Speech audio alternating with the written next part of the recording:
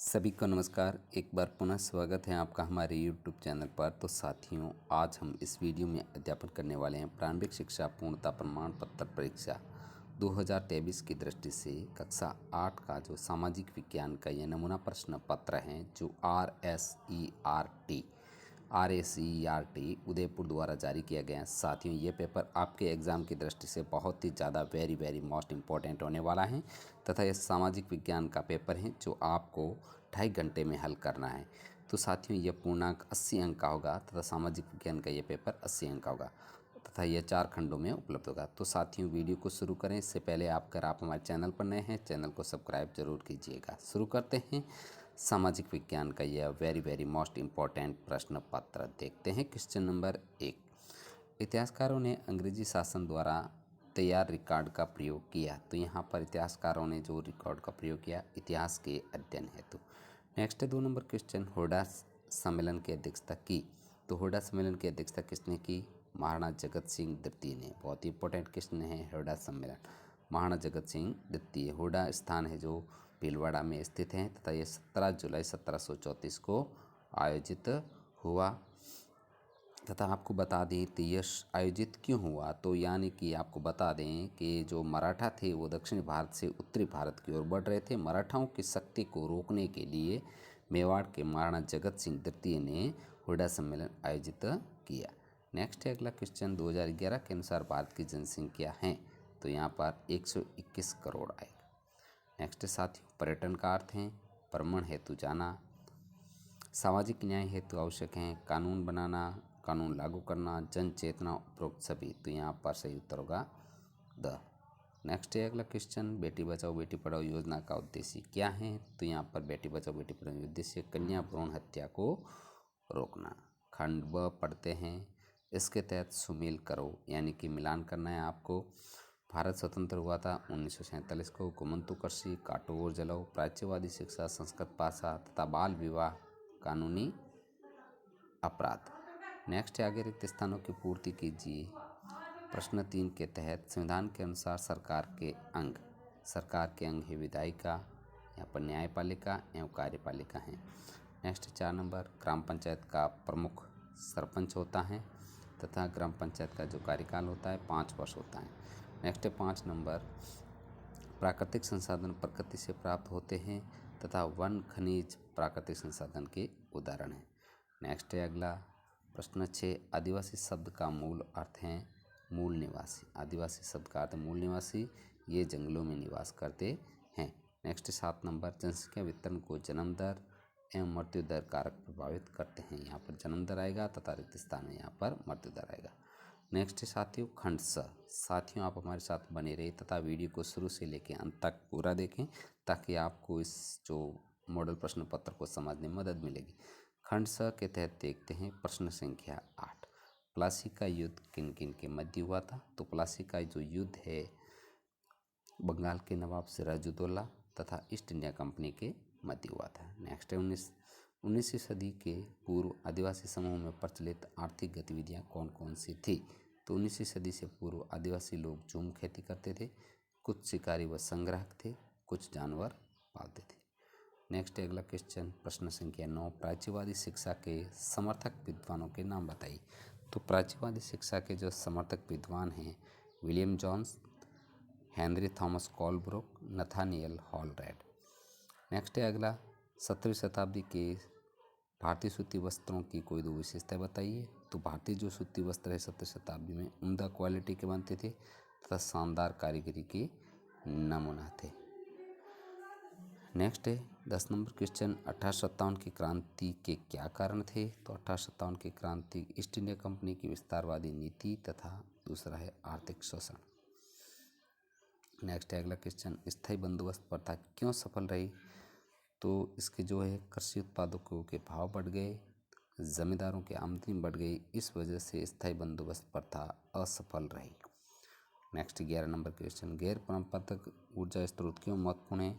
कोई 2 गैर परंपरागत ऊर्जा स्रोतों के उदाहरण दीजिए। तो इन स्रोतों के प्रयोग से पर्यावरण में प्रदूषण नहीं फैलता। गैर परंपरागत स्रोत कभी ख़त्म नहीं होते, ये होने वाले संसाधन हैं।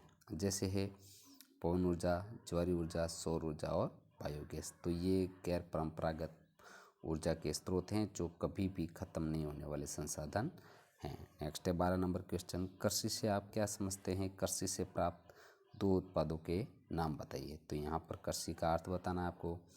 कृषि एक प्राथमिक क्रिया है। फसलों, फलों, सब्जियों, फूलों को उगाना और पशुधन कृषि में शामिल हैं। कृषि से प्राप्त दो उत्पाद गेहूं तथा चावल। नेक्स्ट है आगे 13 नंबर क्वेश्चन, उद्योगों की अवस्थी को प्रभावित करने वाले कारकों का वर्णन कीजिए। तो उद्योगों की स्थिति को प्रभावित करने वाले कारक हैं कच्चा माल, श्रम, पूंजी, बाजार, जल, विद्युत, भूमि, परिवहन तथा संचार। ये जो हैं उद्योगों की स्थिति को प्रभावित करते हैं। अगला क्वेश्चन है, सरकार द्वारा संचालित कोई दो कृषि योजनाओं के नाम बताइए। तो यहाँ पर आपको कोई भी सरकार द्वारा संचालित दो कृषि से संबंधित योजनाएं बतानी है। हमने लिखा राष्ट्रीय खाद्य सुरक्षा मिशन तथा प्रधानमंत्री फसल बीमा योजना। अगला जो क्वेश्चन है, राजस्थान के प्रमुख वृहत उद्योगों के उदाहरण दीजिए। तो राजस्थान के जो वृहत उद्योगों के उदाहरण सूती वस्त्र उद्योग तथा सीमेंट उद्योग। नेक्स्ट है, राजस्थान के दुर्गों की सुरक्षा हेतु क्या क्या प्रबंध किए जाते थे? तो दुर्गों की सुरक्षा हेतु ऊंची पहाड़ियों पर दुर्ग बनाए जाते थे, गहरी नदियों के किनारे दुर्ग बनाए जाते अथवा मैदानी भागों में दुर्ग बनाए जाते थे। नेक्स्ट है, पश्चिमी राजस्थान में जनसंख्या घनत्व पूर्वी राजस्थान की अपेक्षा कम है, कारणों को स्पष्ट कीजिए। तो पश्चिमी राजस्थान जो है वह यहाँ की जो भौगोलिक परिस्थितियाँ बहुत ही कठिन हैं और आधारभूत सुविधाओं की कमी के कारण यहाँ पर जनसंख्या घनत्व कम पाया जाता है।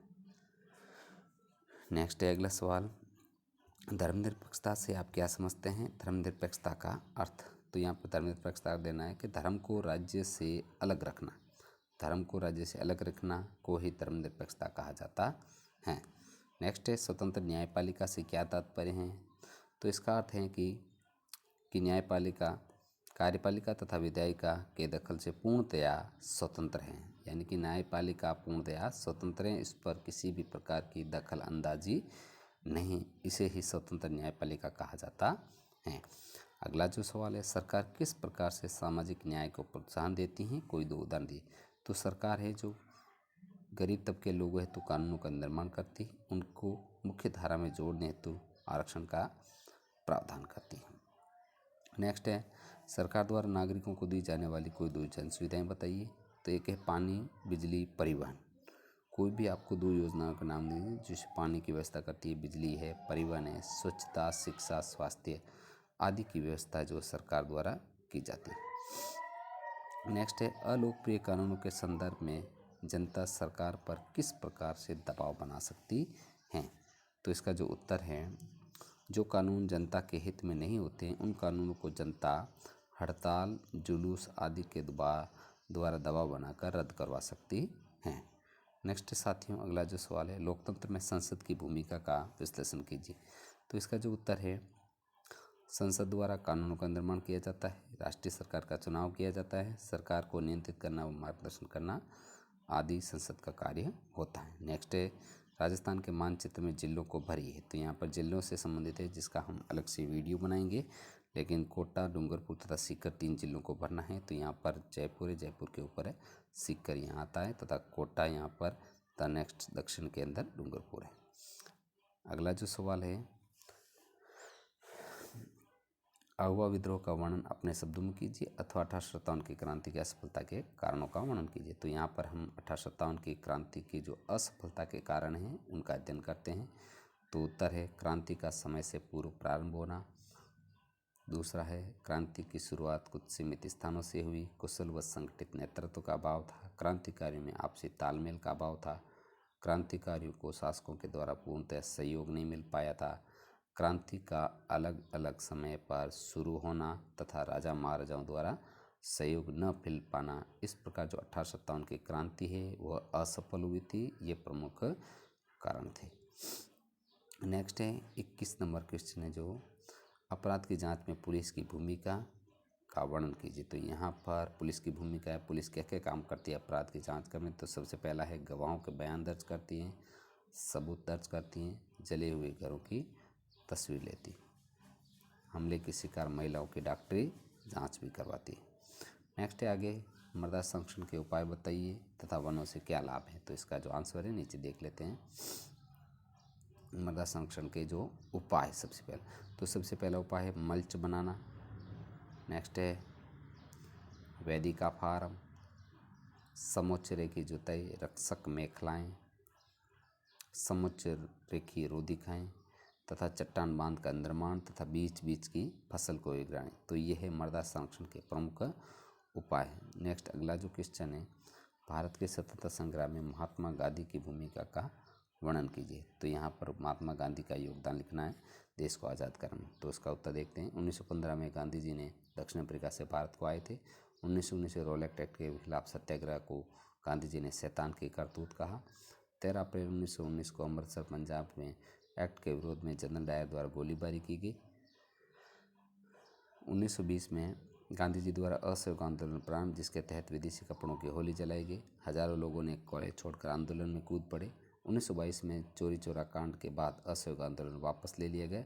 1930 में सविनय अवज्ञा आंदोलन गांधी जी द्वारा शुरू किया गया तथा 1942 में भारत छोड़ो आंदोलन, जिसके तहत करो या गया मरो का नारा दिया गया। इस प्रकार जो महात्मा गांधी है उनका भारतीय राजनीति या भारत को आज़ाद कराने में प्रमुख योगदान है। कुछ प्रमुख पॉइंट हैं जिसके द्वारा हमने अध्यापन किया है। तो साथियों, इस प्रकार हमने इस वीडियो में जो कक्षा 8 का जो है सामाजिक विज्ञान का यह मॉडल प्रश्न है जो RSCRT उदयपुर द्वारा जारी किया गया है तथा आपके एग्ज़ाम की दृष्टि से बहुत ही ज़्यादा महत्वपूर्ण पेपर है। इसको आप अच्छे से क्लियर कर लें तथा इसी से संबंधित आपके पेपर का पैटर्न आएगा। तो साथियों, आज का वीडियो इतना ही। मिलते हैं नए मॉडल प्रश्न पत्र के साथ में। तब तक के लिए धन्यवाद। वीडियो अगर अच्छा लगे तो वीडियो को ज़्यादा से ज़्यादा लाइक तथा शेयर कीजिए तथा चैनल पर पहली बार है तो चैनल को सब्सक्राइब जरूर कीजिएगा। धन्यवाद।